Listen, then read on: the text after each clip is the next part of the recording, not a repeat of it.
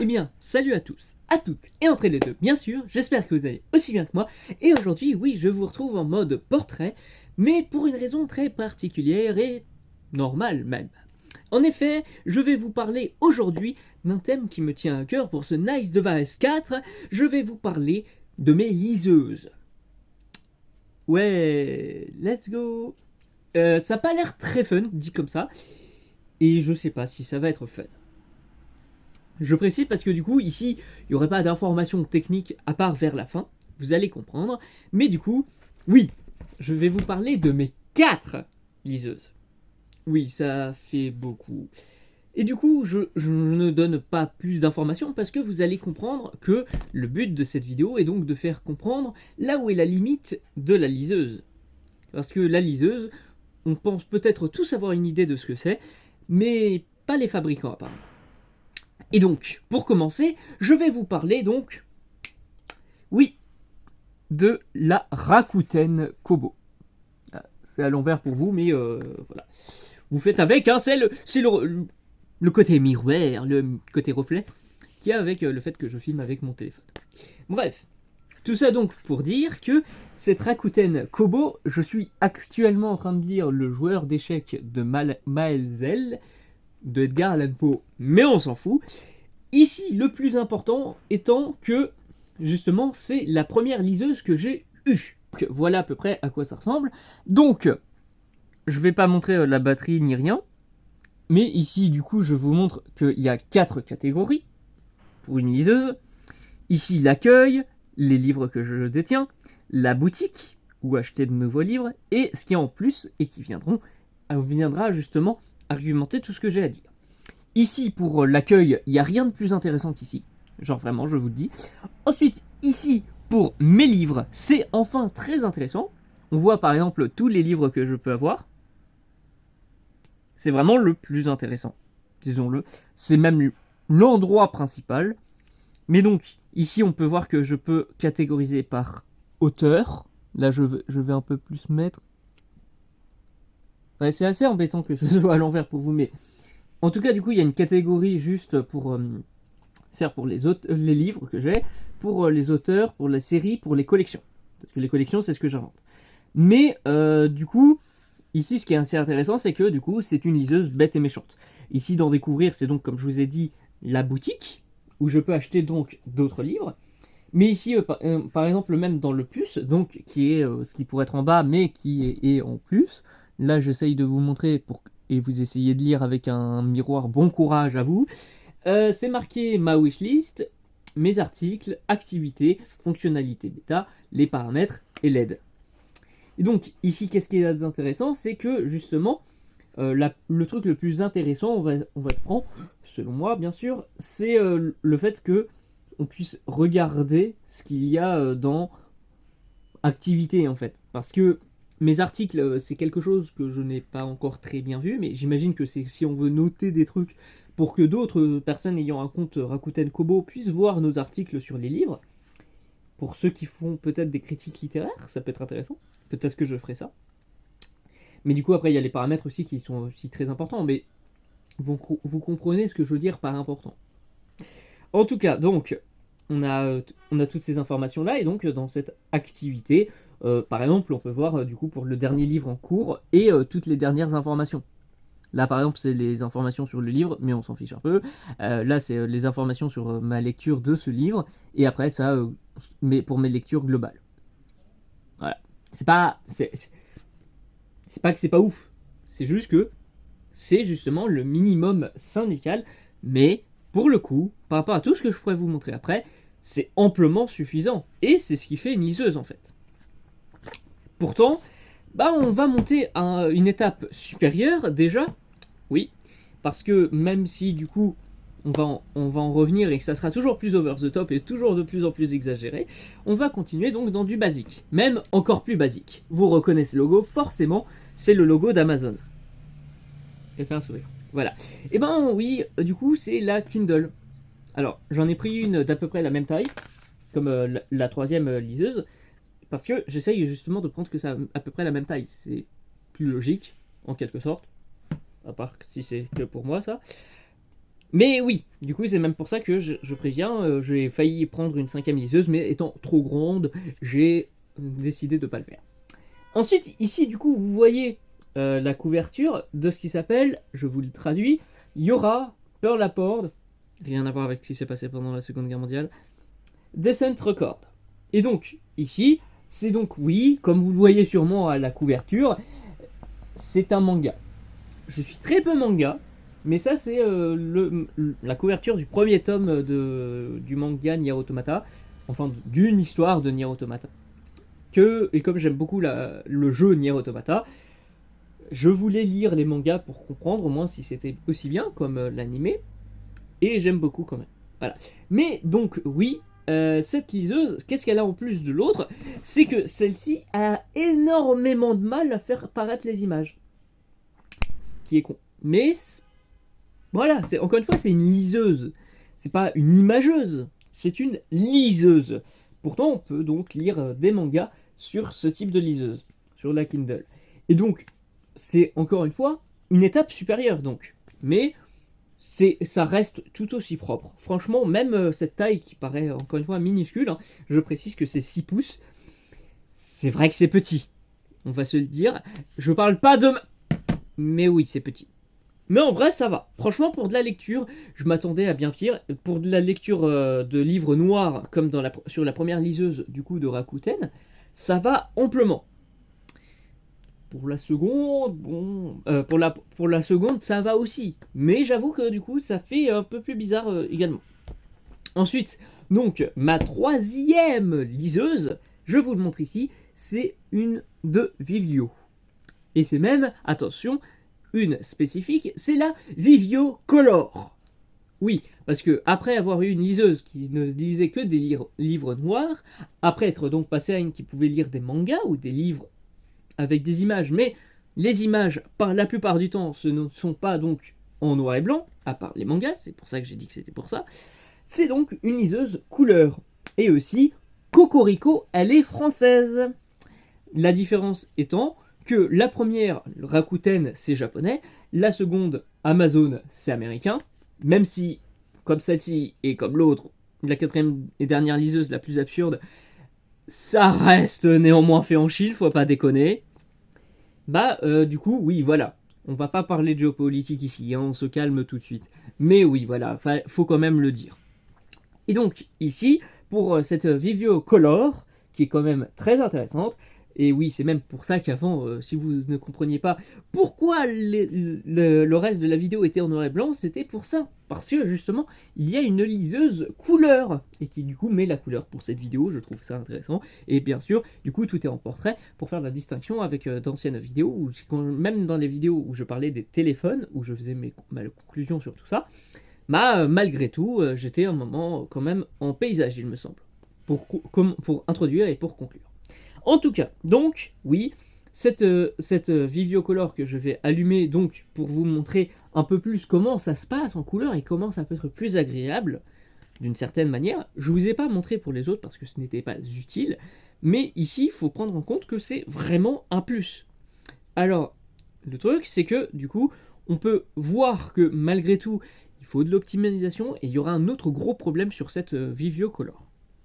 C'est que ici, vous voyez, c'est donc bel et bien en couleur. Et ça fait plaisir à voir, vraiment. Dans un petit appareil comme ça, on se dira, mais pour les téléphones, c'est normal en fait. Et justement, on en viendra un peu plus tard.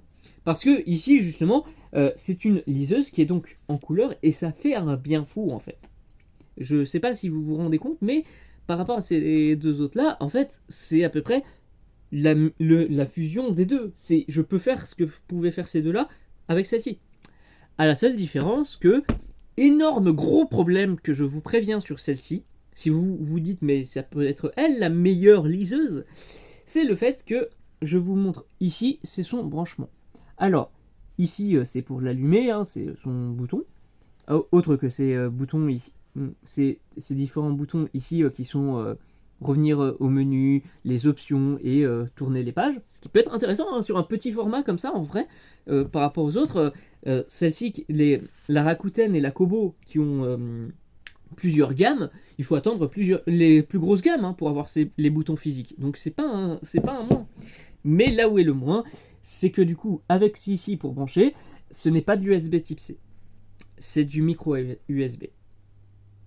Et je sais que du coup, elle date de 2021, mais elle est faite en France, enfin en Chine, mais vous m'avez compris. Elle est française, donc elle est européenne, mais il y a du micro USB? Vraiment?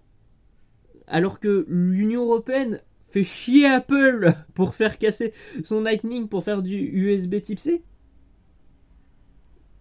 J'ai pas compris le truc, mais peut-être que la loi n'était pas encore passée, je ferai des vérifications, je dirai au-dessus de moi si c'est bon ou pas. Mais je sais pas, de mon côté, je trouve ça assez particulier. Mais le truc que je trouve encore plus particulier, c'est quand du coup je suis passé à aller voir du coup dans ces différentes catégories à celle-ci, c'est que tu as la bibliothèque, qui a même l'accueil qui est incrusté à l'intérieur, ce qui est même du coup ici plus intéressant. Hein. On voit qu'ici c'est plus réfléchi que pour la Kobo dans un sens pour moi. C'est que ici tu as directement la bibliothèque, tu peux appuyer dessus, et l'accueil c'est le truc de base. Il n'y a pas d'espace pour ça. C'est pour ça qu'un peu c'est un peu bizarre pour la Kobo, mais bref. Non, c'est que du coup, ici, le vrai truc, c'est que on a donc bibliothèque, livre audio, la librairie, les paramètres, et donc application. Et quand j'ai vu ça, j'étais premier surpris. J'ai regardé donc ce qui forme les applications, et donc on a deux catégories. Et rien que ça, c'est assez particulier. Nous avons général et jeu. C'est une liseuse qui peut donc également servir à jouer. Je vous montre les différents logos et je vous explique à quoi ils servent.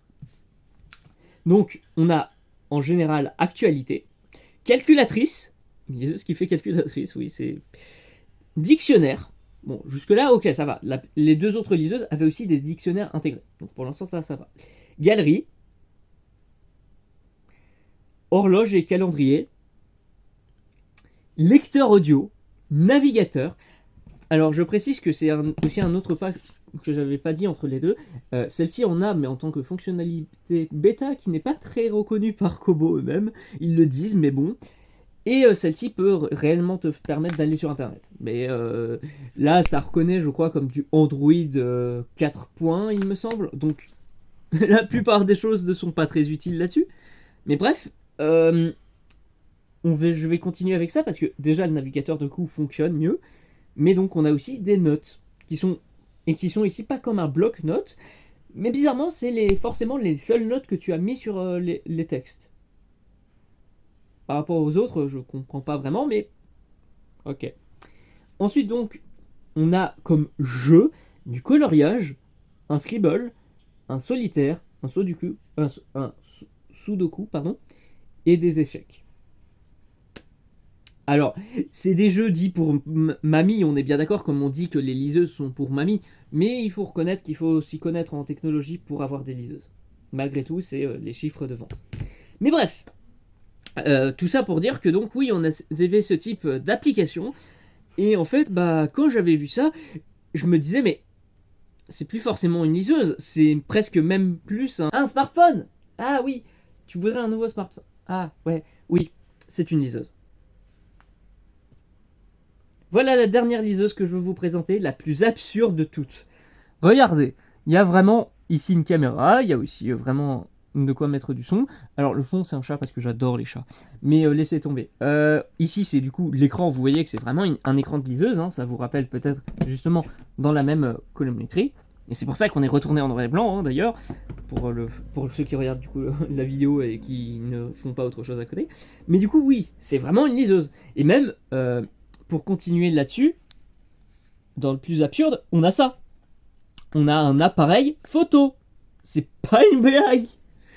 Et du coup, pour montrer encore plus absurde, continuons là-dessus. Voilà. Dans cette manière-là. Mon réimaginé, A9, iSense est noté là, le nom de la marque. Donc ici, du coup, c'est pour s'occuper du son. Là où les trois autres liseuses, ça se faisait, le son n'était seulement si on faisait du Bluetooth. Ce qui n'est pas forcément problématique, mais faut prendre ça en compte. Hein.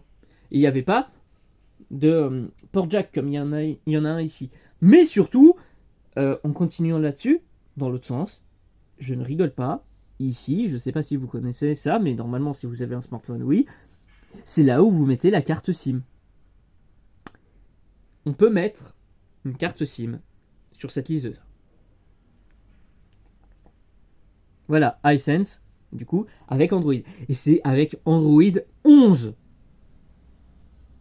Bon, on est un peu après, du coup, maintenant, mais les autres qui avaient Android 4 et qui étaient modifiés pour une liseuse, ici, c'est également optimisé pour être une liseuse, mais le moins. Par exemple, on continue avec ce chat, et vous voyez à quelle heure je tourne, mais du coup, oui, vous voyez déjà du chinois parce que je préviens déjà, mais cette liseuse ne vous serait pas forcément destinée si vous voulez pas comprendre comme moi ou si vous n'êtes pas chinois. Parce que, faut dire les choses, mais c'est clairement une liseuse comme ça. Oui, c'est vraiment un smartphone.